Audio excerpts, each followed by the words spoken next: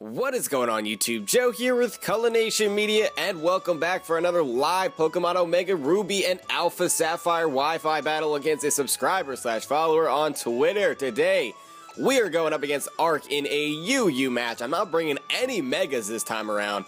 I decided to just go with some old favorites, and I added at least one newbie in there as well. I'll go over that team in a second, but before we do that, just a friendly little reminder in case you guys haven't done so already, and you would like to share your support to the channel and the series, and all that fun stuff, which you guys do all the time, so I don't even need to remind you, because you guys are that awesome, but you can do so by clicking that thumbs up button right below this video, or leave your thoughts in the comment section below.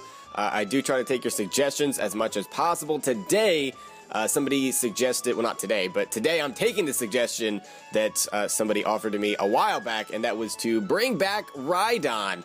And so there we go. We have the Eviolite Rhydon with Stealth Rocks, Dragon Tail, Rock Blast, and EQ. We're also bringing a Scarf Chandelure, Life Orb Honchkrow, Rapid Spinning, Black Sludgish, kind of defensive-ish Tentacruel. I don't know how else to describe it. Then we have Winley, the Rotom fan, making a comeback as well. It's been a while since we've used that. And then the newbie that we have is Chatot, which is a nasty plot set with Substitute, Boom Burst, all of that fun stuff. My opponent is bringing some solid UU threats here. We have Arcanine, always a threat, Blastoise.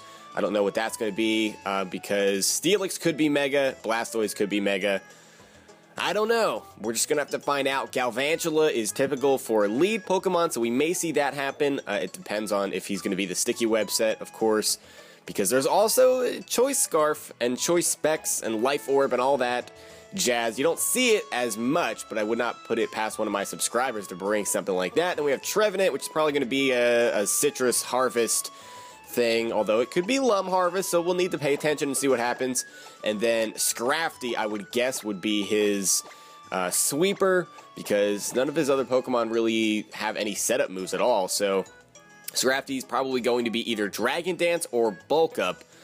Either way, I'm going to lead off with our Chandelure, because I'm going to predict Steelix to start things off, or Galvantula. Either or, I would outspeed, and we don't know what that Arcanine is going to be. It could be Flash Fire to patch up the weakness that he has, because he's got 3 Pokemon on this team that are weak to fire. So that's half your team right there. So it would not surprise me at all if that Arcanine had the Flash Fire. Although, even if he doesn't have the Flash Fire, it's still a resisted hit. And if he's a more defensive build with some HP investment, it is probably not going to be doing that much anyway. And of course, he has the Blastoise, which will take nothing from Flamethrower. So we may have to make some predictions, some savvy predictions with Energy Ball. He does lead off with the Steelix. I am leading off with our Chandelure. And he could have the Sturdy here. And what I mean by that is he may hold off Mega Evolving just to have the Sturdy intact to get an EQ off and get rid of our Chandelure very early. But I don't know if I want to make that kind of a prediction this early. I think I'm just going to go for the Flamethrower, and we will see what happens here. Gravestone, that's a really cool nickname for a Steelix. Very cool indeed. And you guys will see in a different Wi-Fi battle, actually I think 2 or 3 Wi-Fi battles I used Mega Steelix. Already recorded it before this, but I don't know if it's going to go up on the channel in that order. It all depends on how I get it edited and everything. Because it's not like it's a playthrough and I have to put them all up in the exact order. I like to put it up in a way that gives you guys some variety, so it's not always just the same thing over and over again. So he's going to withdraw the Steelix, doesn't want any part of this incoming fire-type attack, and he is going to go out into his Blastoise. So we still don't know which one is going to be Mega. I like that new animation for Flamethrower. That did absolutely no damage whatsoever. I would not be surprised if that is an Assault Vest Blastoise, because Assault Vest Blastoise is amazing. I personally love it more so than the Mega. I haven't used Mega Blastoise. I don't know if I used it at all on this channel. We need to change that.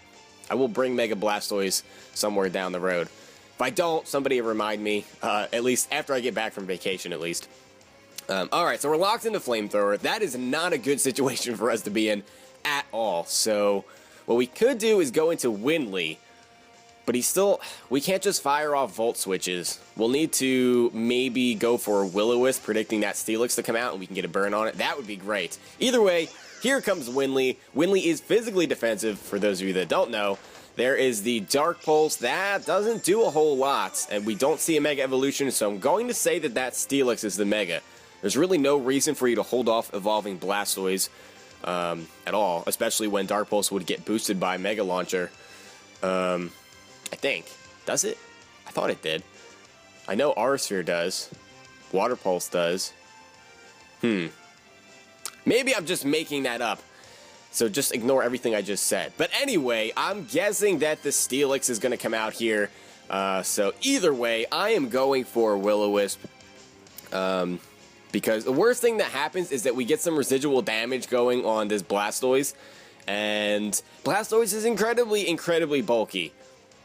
Even though he doesn't have lefties, he definitely has that Assault Vest. We haven't seen any other item. He didn't have Life Orb, so he's not supposed to be just straight offense. Obviously no Mega Stone, so yeah, I'm going to say that's Assault Vest. Getting some residual damage going with a burn would be great.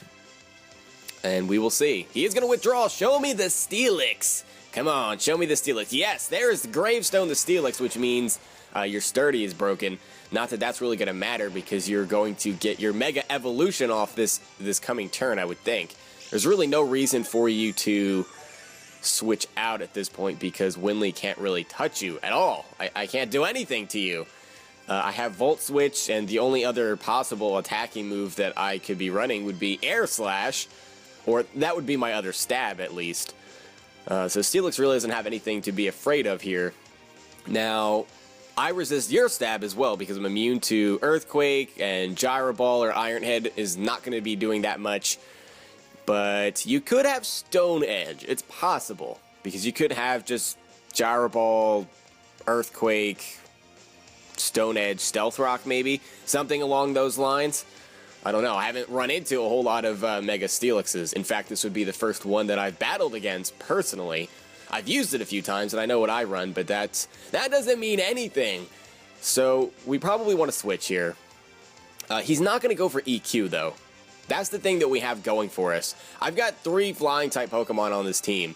He may just try to go for Rocks. And this team is so weak to Rocks, it's not even funny. 3 Flying types and a Fire type. So actually, what I'm going to do is I'm going to go into Tentacruel.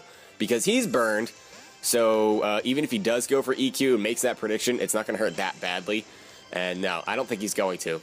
We're going to see the Mega Evolution. If you want to set up the Stealth Rocks, I can Rapid Spin those away immediately. And I should be able to set up on you, honestly. Yeah, he is going to set up the Stealth Rocks. It's imperative that we remove them from the field because I have 4 Pokemon on this team that are weak to Stealth Rocks. That's how poorly constructed this team is. The weaknesses are covered fairly well, but the common rock weakness is a problem. So, first things first, I'm going to predict him to go into the Trevenant, because that would be his spin blocker. It doesn't make a whole lot of sense to stay out with Steelix unless you're just going to sacrifice it because it's burned, which I guess could make some sense, just to get as much damage off as possible. But I have the Black Sludge and I have Protect, so I can, with a combination of those 2 things, I can get back a decent amount of HP. But I really want to get those Toxic Spikes up because that will help me wear down the Blastoise, which otherwise could potentially be a problem. It definitely would stop Chatot from sweeping if we get to that point. And it would also let us know what that Trevenant is holding, because if he eats his Lumberry when he comes out, obviously that's what he has. If he doesn't, I can predict that he's likely going to have the Citrus Berry. Anyway, we're going for the Toxic Spikes. He's staying in and going for the EQ. And we'll see how much this does, because he is burned. I mean, it's still stab. It still does, like, I don't know, 35, 40% there. He's continually getting hurt by the burn. Scald is not going to one-shot this thing because I don't have special attack investment.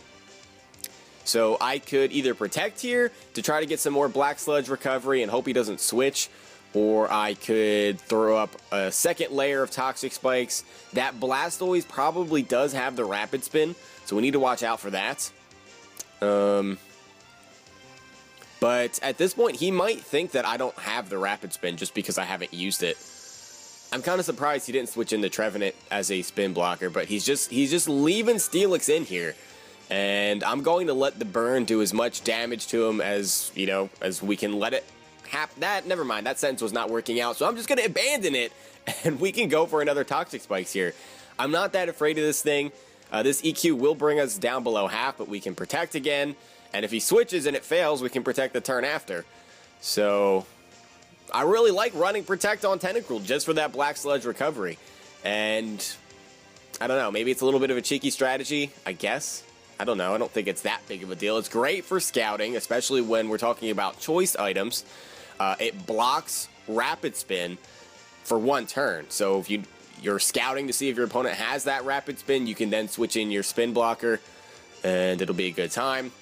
Plus, Tentacruel does not have any recovery at all outside of Black Sludge or Lefties. So, you know, you might as well take advantage of it, because you want to keep Tentacruel around, especially if it's a Rapid Spinner. You want it to be alive, and on a team like this, Tentacruel has to stay alive until Stealth Rockers are removed. So, Blastoise is going to come in, he's going to get poisoned, he is not badly poisoned, so he's going to lose just an even, 12% per turn, and that is that. Which is still fine, it's still residual damage, it's pretty much just like he was burned. Except it doesn't lower his attack. Not that that would matter anyway, because, you know, it just wouldn't. It just wouldn't. So I think we are safe to just go for a Rapid Spin of our own here. He may predict Chandelure to come in as the spin blocker and go for a Water-type move. No, he goes for the Dark... Oh, the Dark Pulse. Okay. I guess that's relatively safe. It would still be super effective on Chandelure. So now we might go for the Rapid Spin. And what we can do here is we can protect again for some more, or I can just go right into Chandelure. We have options. We can protect to see if he's going to go for that Rapid Spin, and I think that's what I want to do. That makes more sense because we might as well get as much Black Sludge recovery as possible. Might as well do it.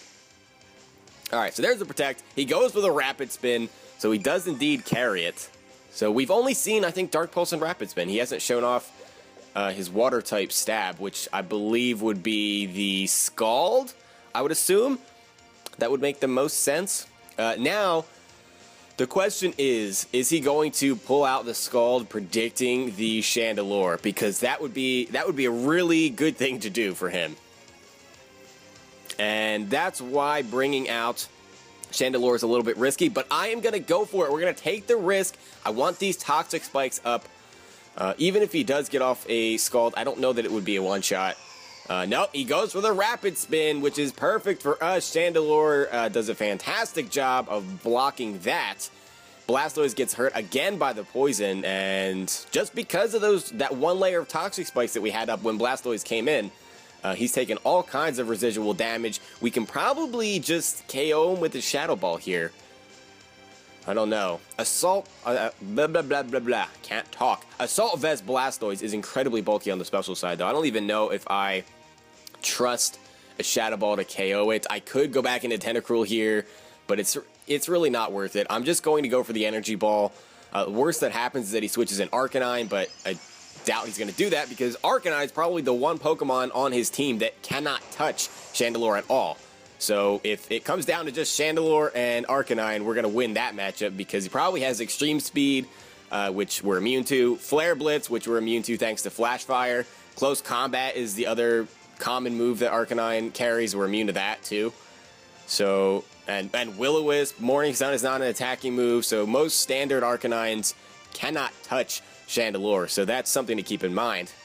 So we can pretty much just freely switch in Chandelure every time Arcanine is on the field. But, yeah. Now, Arcanine hasn't really had a reason to come in because we've had Tentacruel in a lot, and we've just been out here with special attackers pretty much the entire time. Including Winley, who only saw the field for a turn or two. So, Blastoise is gone, which means no Spinner. Those Toxic Spikes are staying up. Because if I'm remembering his team correctly, he still has the Galvantula, which is likely Focus Sashed. Then he's got the Arcanine, which I mentioned, Trevenant, Scrafty, Steelix. So yeah, no Spinners for sure. And we got rid of the Stealth Rocks on our side of the field, which was a must. Must. Now, it's all up to him whether he's thinking about it right now. I'm not sure if he is aware that we are choiced. Most Chandelures are, though, and most of the time I use Chandelure, it's choiced in some fashion. I like to switch between, whatchamacallit, Choice Specs and Scarf. This time we're running Scarf. But yeah, I'm just kind of rambling. I'm just stating random things at this point because I think he was just taking a while.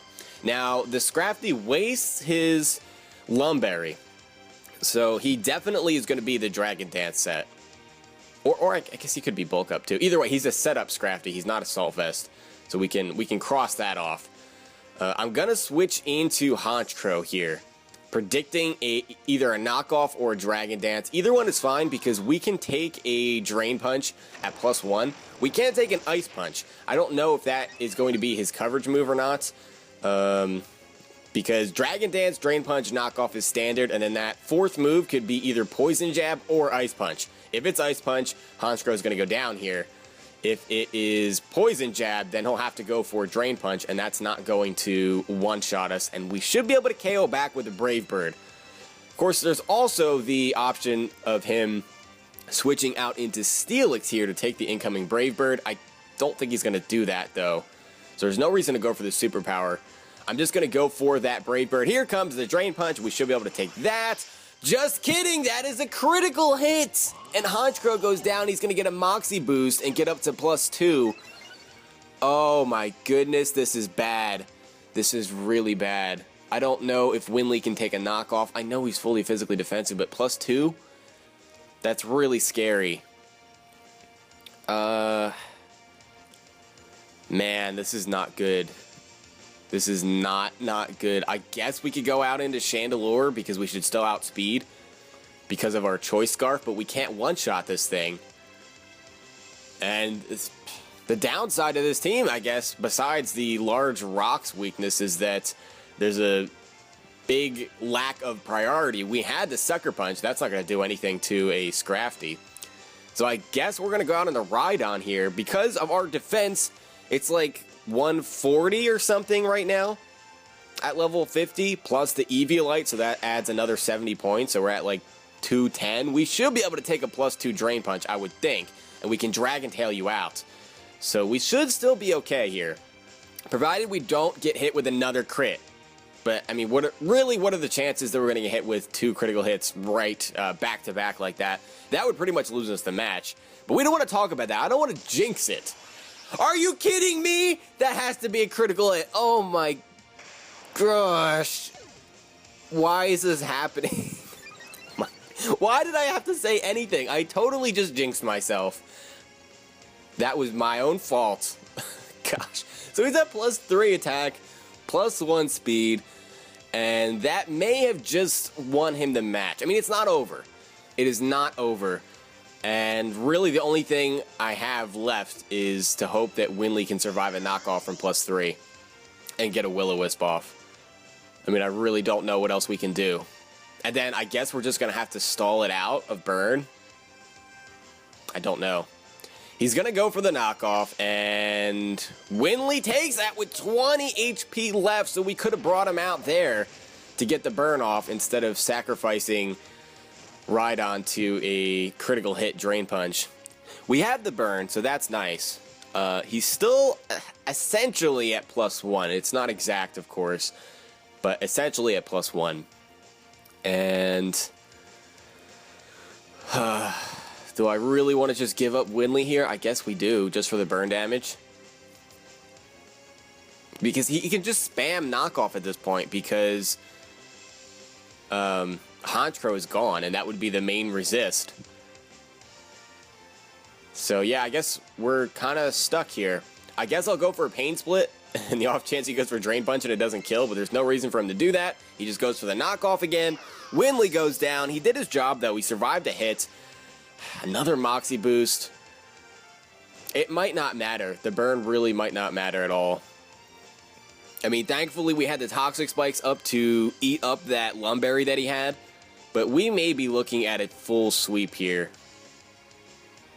Man, what are the chances of those back-to-back critical hits like that at the worst part of the entire match? Like, you could have got a critical hit any other time, and it would have been not okay, but it wouldn't have been game-breaking like this one. Man. But, to be fair, I've had some of those game-breaking crits lately myself that have won me a match or two, including a miss by my opponent that won me a match in the Battle Spot series. So I'm not going to complain. We're just going to try to make a comeback here and put the past in the past. Try not to get too salty.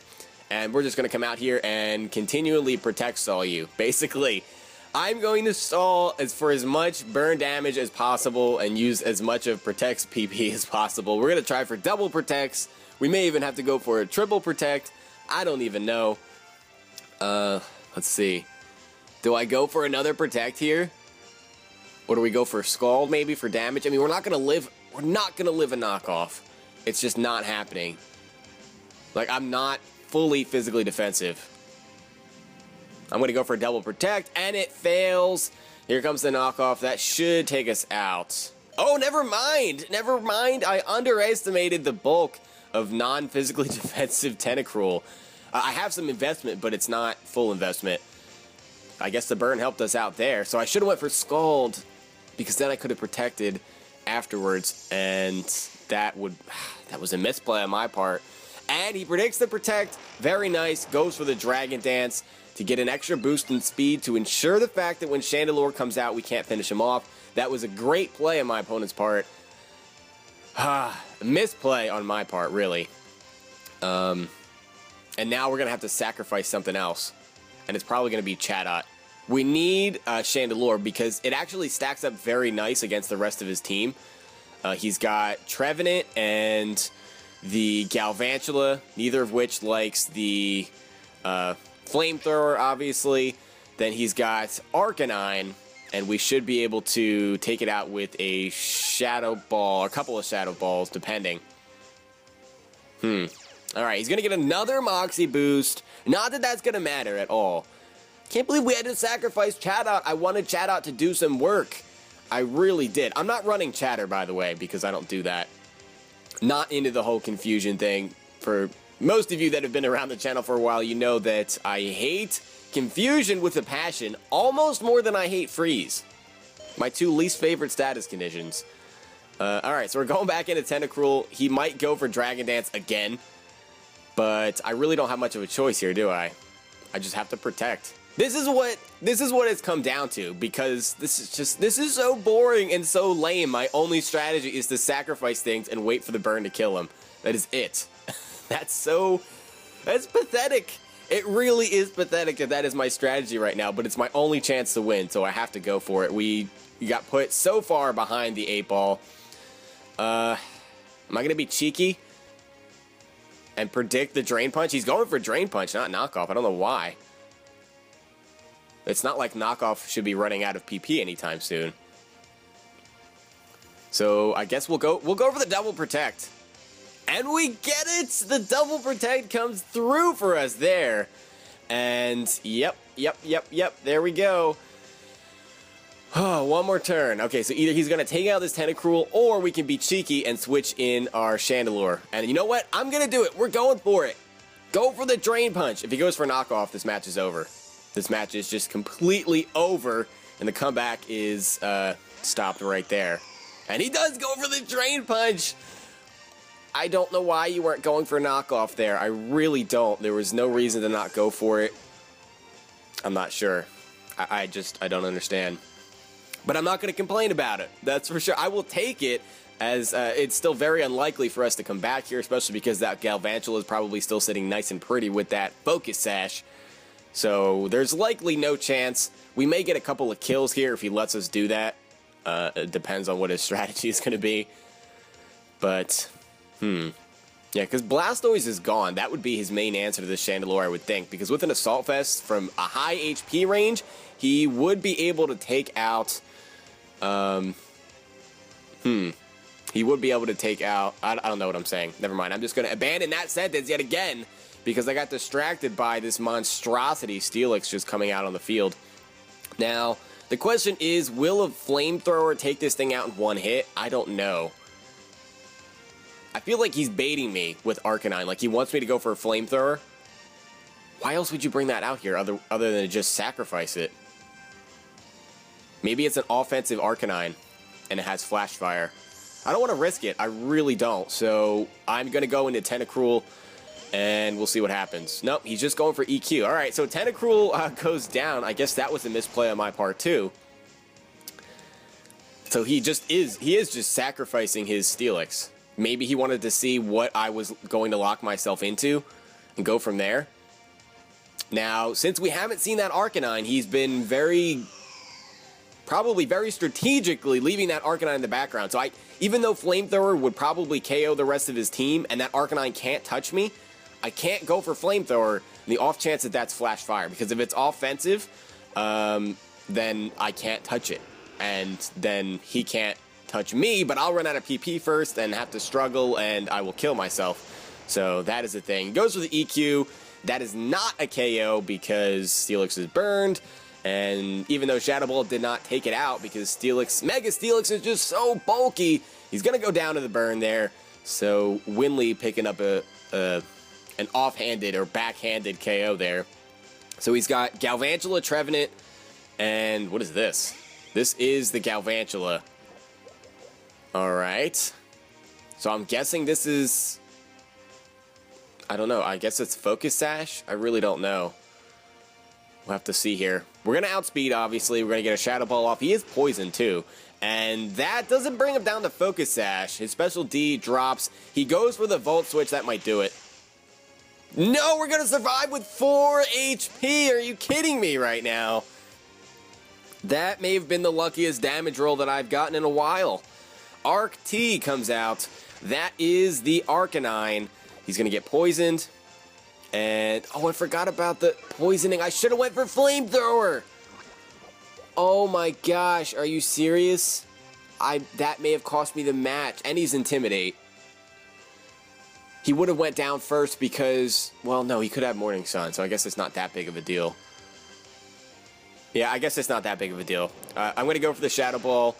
That looks to be specially defensive Arcanine. He's going to activate our Flash Fire with Flare Blitz. Not that it matters. Yeah, he shows the lefties. And with the Intimidate, that's definitely defensive Arcanine. If I had to guess, I'd say especially defensive, judging by how much Shadow Ball is doing, which it's doing considerably less than I figured it would. Now, we do outspeed the Galvantula, so if that comes in, it's dead. But the kicker here, as this Arcanine can't touch us, that's for sure. I've said that a couple of times. What's going to win in the match is the fact that Trevenant can take a Shadow Ball, and I know this from previous experience. As long as he has some HP investment, he is going to live a Shadow Ball, barring a critical hit. And I say that because the crits have been flying around left and right in this match. It's really only been on my side of the field, but, you know, Hax has a way of spreading, so you never know. Maybe he'll just switch in Trevenant here. That would be great. That would be absolutely great. He goes for the Extreme Speed. I give Arc T some credit for trying there. He pulled out all the stops. All the stops, the Flare Blitzes, and then Extreme Speed before going down, just to watch it fail. Poor Arcanine. And I'm guessing the Trevenant's going to come out here. There's no reason for it not to, because the Galvantula will just faint. So I'm guessing this is going to be a 2-0 in my opponent's favor, that Galvantula was essentially done, but still going to be a 2-0 because it's going to stay alive. There's no reason for him to bring it out here, really. Yeah. Yeah, we never did get to see what item it was holding. I'm pretty sure it was a Focus Sash. We didn't see a Life Orb. It wasn't Choice Scarf because we outsped it. And maybe it was Choice Specs. I guess it could be with that Volt Switch. But I would also be kind of surprised that we took that from like 50-something HP. Uninvested. We're uninvested in our HP, uninvested in our special defense. Chandelore's pretty frail. I mean, look at that. 135 HP. That's pretty darn low. So out comes Wispy here. We're going to go over the Shadow Ball. We'll see how much this does, but it's not going to KO. That came really close. There is the Citrus Berry. And even if we did go for Flamethrower, I think he was going to just barely, by the skin of his teeth, again, barring a critical hit, survive that.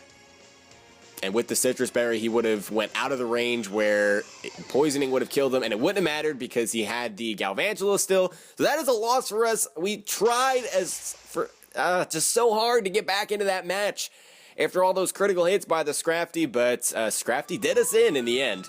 So, yeah, congrats on the victory, my friend. That was a crazy and just silly match. I'm hoping that the next couple of matches I record today are not that silly, but that was a fun one for sure, and I will probably lose sleep tonight over this one. Anyway, thank you guys for watching. I hope you enjoyed this video. If you did, please make sure you're leaving a like rating or a comment or whatever you would like to do, and I will see you all next time. But until then, game on!